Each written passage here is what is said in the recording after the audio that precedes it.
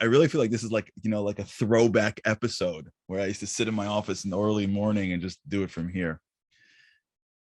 This is an amazing part of the show, right? What have we been talking about the past 2 days?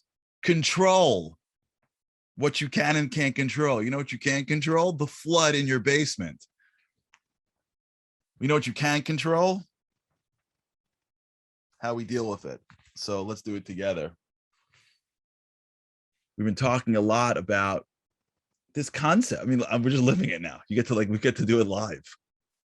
This concept of you have a plan.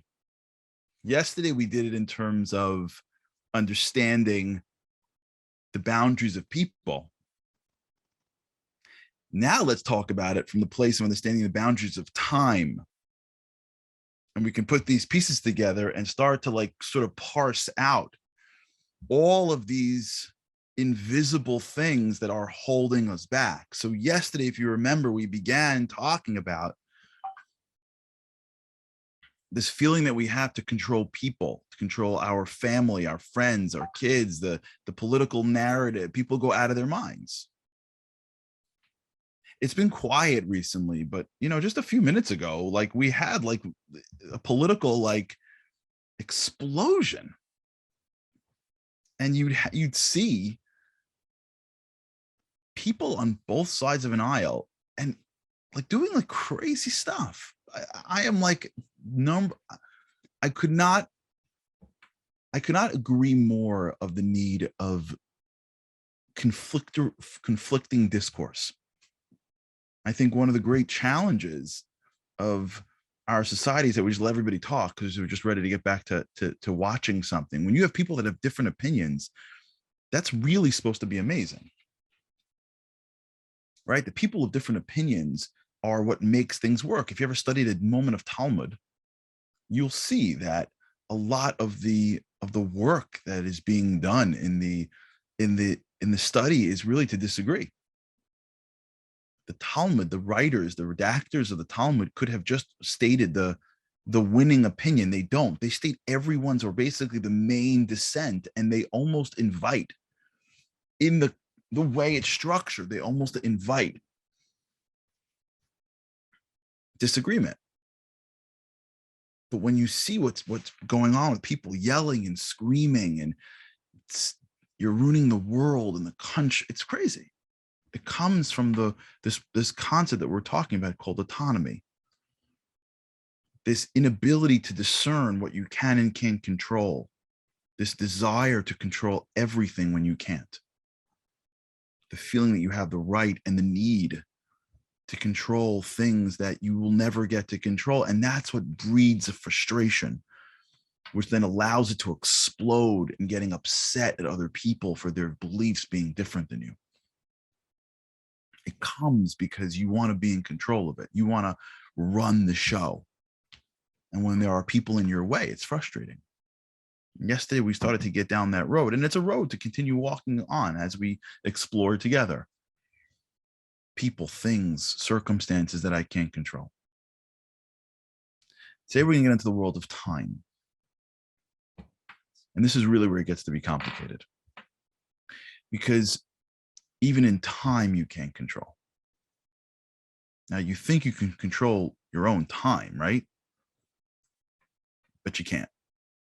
And I'll give you an example. My morning, when I came home from synagogue this morning, I was expecting my usual morning routine, which was whatever it was. I had no idea that as I walked in, my wife would say, the basement's flooded and your entire studio had to be shut down. Hopefully it'll be salvageable, but they have to turn off the electricity because some of the electric wires were underwater. Now, that took my morning, my time, and it pulled it away from what I had in mind for my time. You're on a bus or on a train or on a plane, and you expect to go somewhere, and then it changes. You come to work and expect a certain day, and something happens. We're not talking about the person you're trying to control. We're talking about your own self that you're trying to control. We live in this world where We can't even control our time because the world's dynamic. And one of the great challenges of creating what's in our circle is the humility and recognition that if I don't get down to a certain principle or value, if I stay at the surface and it's too finite, I'm going to get frustrated when something stops me. I'm not going to be able to pivot. I'm not going to be able to adapt. The world is changing and I'm me because I had my goal. And I'm me because I'm trying to find what I can control. And in the world of autonomy, at least what I do, this is real. It's a struggle. I have a client a company that I'm involved in. They're incredible.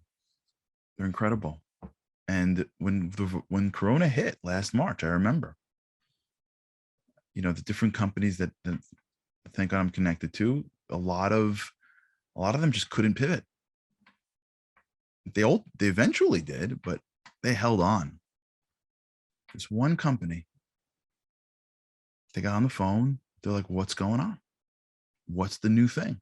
How do we get around it? Okay. And they were on it. It was unbelievable.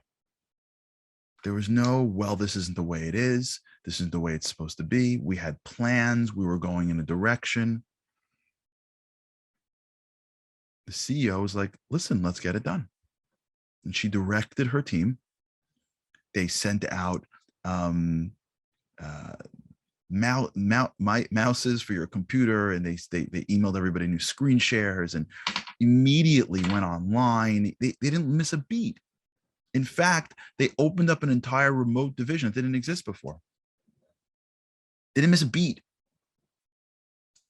So what's the difference between those that do and don't? It's not a question of knowledge. It's not a question of insight. It's not a question of brains. It's a question of control. It's autonomy. It's I don't know what I do and don't control. I don't have that down. And when the circumstances get around me, I don't know when I can control circumstance, if I assert myself, and when I can't, because it doesn't matter. All I am doing is spinning a wheel in the wrong direction. This happens when kids grow up and parents don't get the memo that it doesn't work anymore. And when things come at them and their life starts to change, of course, I want it to be this way, but I, as a parent, I, as an employee, I, as an employer, have to adapt to the time, to the moment. And so, even about my own schedule, about my own time, about my own list of what I have to get accomplished, if I hold on too tight to that, I'm also violating, if you will, what we're trying to accomplish. And so if my thoughts, if I'm not thinking deeply enough about what I want to become, and I don't get to a level of a principle or a value, if I stay in the world of an object, at some point when my day shifts, when the circumstance shifts, I can't shift with it. I can't adapt to it. I'm not malleable. I can't pivot. And in that pivot is the struggle of control. That's really what a pivot is. Person who's pivoting is trying to control or give control over not a thing, but his future. I have in my head where I'm going. I'm trying to control even the destination which I'm heading. And now something happened in front of me. And now I have to learn and be okay with reducing that which I can control, giving up autonomy, and allowing myself to adapt to a new reality. So even in that world of pivoting is autonomy. And when you put these pieces together, what ends up happening is what we're constantly doing is constantly coming up with one major recognition that I control very little. That's a very hard moment for us to grapple with, especially if you have any success in an area. The feeling of, yeah, I'm not really in control. I know where I'm going. I know who I want to do it with and what I want to value. And I know that I need to feel like I'm in control, to feel like I'm tapping into my humanness, if you will. But I don't feel like I'm in control at all, because I'm really not in control. Now, if you get this wrong, you start giving up. If you get this right, you start coming alive. This, by the way, just, I don't want to say coincidentally, because I don't believe in that. This, by the way, I would say divinely coincidentally, is the entirety, in my opinion, of what goes on in Rosh Hashanah, which, for those that are interested, we'll talk about probably on Monday, if you're interested.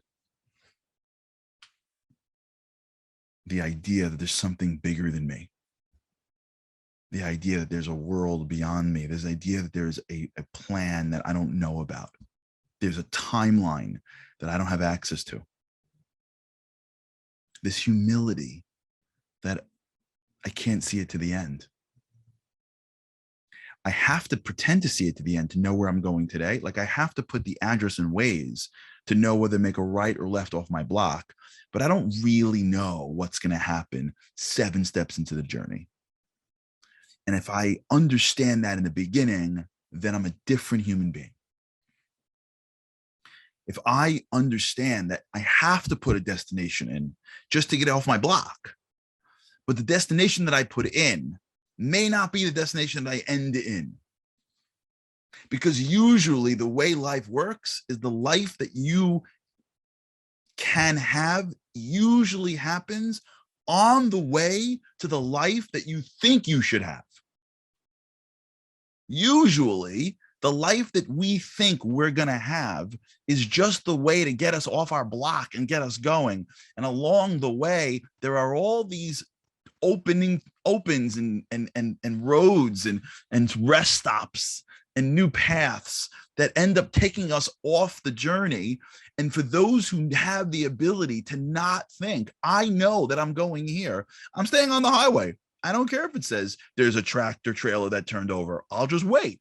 I don't care. Whatever happens, I'm on the highway. But the other people that have the humility to know that I can't even control my future. I can't even control tomorrow morning. I don't know if I'll wake up and there'll be a flood in my basement. How do I know that? How do I know if there's a storm coming? I didn't even know about this storm. Last night I'm like, is there a storm? Like, yeah. I'm like, I didn't even know. Anybody know if there's gonna be a hurricane in 2 weeks from now? I hope not. Anybody knew that the virus was gonna shut down the entire world? Anybody know this stuff? Anybody have any knowledge that we'd go into a place that we'd like roll into like a cave for like, 9 months? Anybody know what's going to happen in 2 days from now, in 2 months from now, and 2 years from now? And as soon as I have that openness, that I need to have goals and values and directions, because that's how I start my day and that's how I plan my life. But I have to have my eyes peeled to the road, because I'm not in control. So if I'm having a conversation at a wedding with the person that I want to talk to, and someone else comes over, I better give them my full attention in the moment that I'm with them. I don't got to get lost in the conversation, because I don't know who they are. I don't know how they're going to play into my life. What do I know? You can't get lost here, but if I'm in a circumstance, make the best of it, because I don't know if this is going to be the circumstance that I'm going to ultimately benefit me more than the circumstance in which I'm going towards. How do I know if the thing that is annoying me is actually one that's going to give me the greatest benefit? How do I know that the opportunities that come my way that are packaged in the most challenge are the ones that can potentially give me the most opportunity and blessing? I don't know. Doesn't look like it to me. How do I know that the kid that drove me the craziest is the one that is going to give me the greatest joy or make me the greatest parent I can be? I don't know. But if I already predetermine what is and isn't right, and what is and isn't good, and what is and isn't where I should go. Now, if you just are lost, you're lost. I'm not saying that everything is everything. But as you build your plan, as you put things into the circle, and as we get into this last phase called autonomy, we have to understand that in the directions that we lead in our lives, they're just to get us started. God throws us what he needs from us along the way. And a lot of times, I believe this happened in my life. I believe it has. We miss opportunities that are right before us because we're too busy focusing on the thing that we want. We don't see the right and the left. We don't see the paths that are right next to us that look a little bit dirty in the beginning. And if you go a little further, they lead to a beautiful city that you never knew existed. We don't see those opportunities until they're done. And then you look back and go, ooh, anyone have this in your life? Did you ever have something like this? Where you look back at something and go, I messed this up. Why? Why'd you mess it up for? You weren't good enough? No. You weren't smart enough? Nope. Why'd you mess it up? I would bet, in part, it's because of the control. Because it came to you at the wrong time. And the reason why it came to you at the wrong time is because you think that there is a concept of a right and wrong time. We think we control time. And this comes at the wrong time. Because we know what the right time is. Because we control time.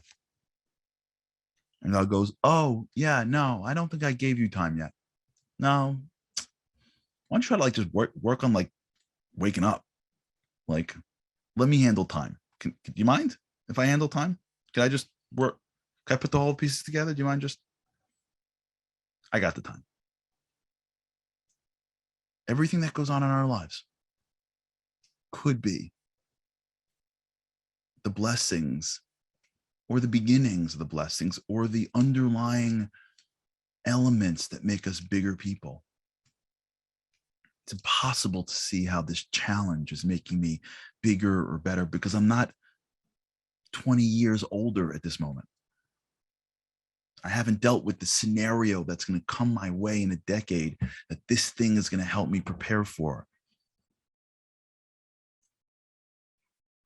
And so as we get through this, which we're going to try to be done with tomorrow and then, have a pre-Rosh Hashanah conversation and then go into the holidays. Whether you're Jewish or not, you're welcome. Rosh Hashanah is for everybody. Level of practice don't matter. Let's think about this today.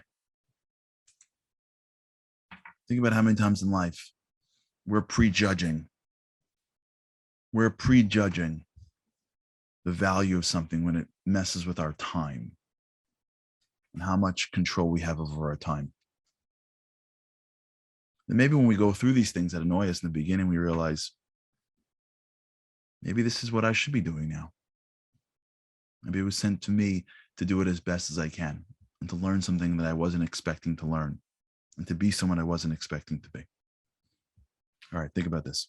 Have an amazing day. I hope nobody was taken by the storm. If you are, floods or whatever, I hope everything dries up. Have an amazing day. And with God's help, I can't wait to see you again tomorrow. Have a great day.